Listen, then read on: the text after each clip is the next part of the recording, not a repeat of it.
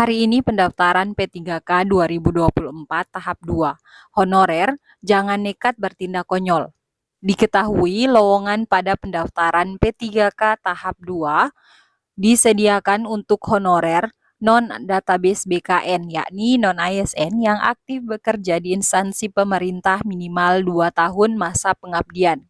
Lowongan P3K 2024 tahap 2 juga untuk lulusan pendidikan profesi guru PPG untuk formasi guru di instansi daerah.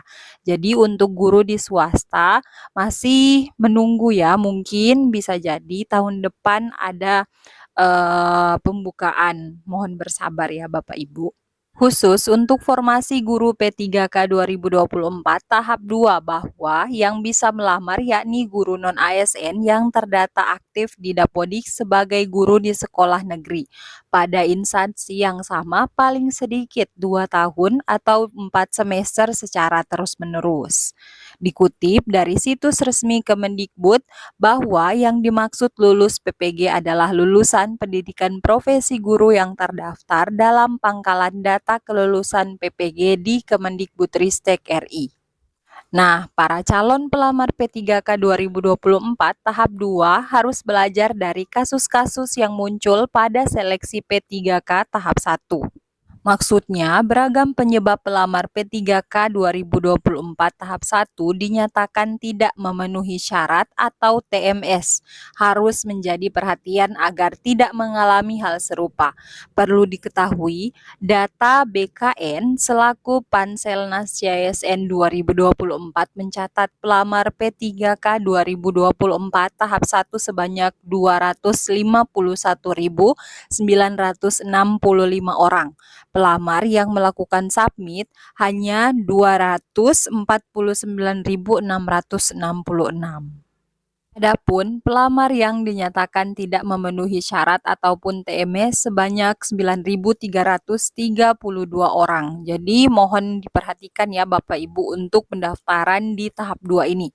BKN sudah publikasikan kondisi pelamar P3K 2024 tahap 1, data per 5 November pukul 12.00 menyebutkan honorer yang memenuhi syarat adalah 2.200, maksud saya 40.000 sekian, sedangkan verifikasi TMS 9.332, kata Ketua Umum Perkumpulan Honorer K2 Indonesia Sahirudin Anto kepada JPNN. Sahirudin mengungkapkan masalah yang dialami honorer berstatus TMS yakni banyak yang terkendala pada surat keterangan ataupun suket pengalaman kerja. Hal yang disampaikan Sahirudin terkonfirmasi di sejumlah daerah, misalnya di Kabupaten Nunukan, Kalimantan Utara.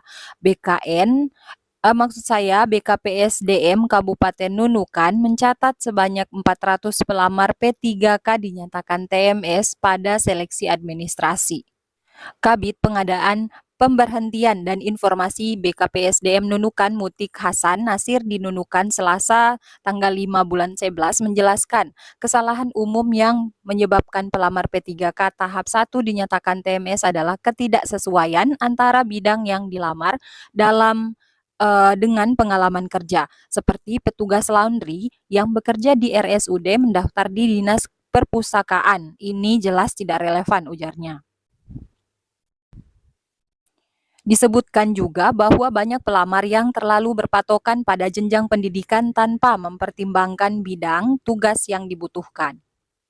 Mereka memaksakan untuk melamar pada formasi yang membutuhkan kualifikasi pendidikan lebih tinggi, padahal bisa saja melamar pada formasi yang sesuai dengan pengalaman kerja mereka, tambah Mutik. BKPSDM Kabupaten Nunukan menemukan beberapa pelamar yang memalsukan data masa kerja. Terhadap pelamar yang nekat melakukan tindakan konyol tersebut, panitia lokal langsung menyatakan TMS tanpa diberi kesempatan melakukan sanggahan. Jadi Bapak Ibu tidak boleh untuk memalsukan data ya Bapak Ibu, karena hal tersebut bisa membuat Bapak Ibu TMS ataupun tidak memenuhi syarat untuk administrasi. Mereka langsung dinyatakan TMS dan tidak diberikan kesempatan untuk mengajukan sanggahan, tegasnya. Sekali lagi, para honorer dan lulusan PPG yang hendak melamar P3K 2024 tahap 2 harus memetik pelajaran dari penyebab pelamar gagal seleksi administrasi pada tahap 1 itu. Contoh kasus lainnya terjadi di pemerintah Kabupaten Mukomuko, Provinsi Bengkulu. Di Mukomuko, 1.485 orang pelamar dinyatakan TMS, maksud saya MMS, dan sebanyak 24 orang TMS. Kepala Bidang Pengadaan Pengembangan SDM dan Pembinaan ASN Badan Kepegawaian dan Pengembangan Sumber Daya Manusia Mukomuko Niko Hafri di Mukomuko Senin pada tanggal 4 bulan 11 mengungkapkan penyebab pelamar dinyatakan TMS rata-rata terkait dengan kelengkapan dokumen persyaratan. Dari penjelasan Niko, setidaknya ada 3 penyebab pelamar P3K 2024 tahap 1 di Mukomuko gagal seleksi administrasi. Yang pertama, transkrip nilai dari seharusnya 2 halaman, tetapi pelamar mengunggah hanya halaman pertama saja. Kedua, ada beberapa dokumen yang salah unggah. Jadi Bapak Ibu, untuk transkrip ini perlu diperhatikan, itu bolak-balik ya. Jadi untuk yang depannya itu ada nama kita dan juga di belakangnya ada IPK. Jadi silahkan Bapak Ibu untuk men-scan dan juga nanti jikalau memang hal tersebut membuat apa namanya, kapasitasnya itu terlalu tinggi, silahkan untuk mengkompres, ada di Google Chrome untuk aplikasi online kompres PDF seperti itu. Silahkan dicari tutorialnya banyak di YouTube, jangan sampai TMS. Misalnya, kata Niko seharusnya yang diunggah ijazah SMA, tetapi yang diunggah ijazah sarjana strata 1. Ketiga, ada pelamar yang salah membuat surat lamaran sehingga dinyatakan TMS. Sebenarnya sepele kalau dia memperhatikan detail persyaratan, dan persyaratan untuk seleksi P3K ini lebih longgar dari CPNS, kata Niko dikutip dari Antara.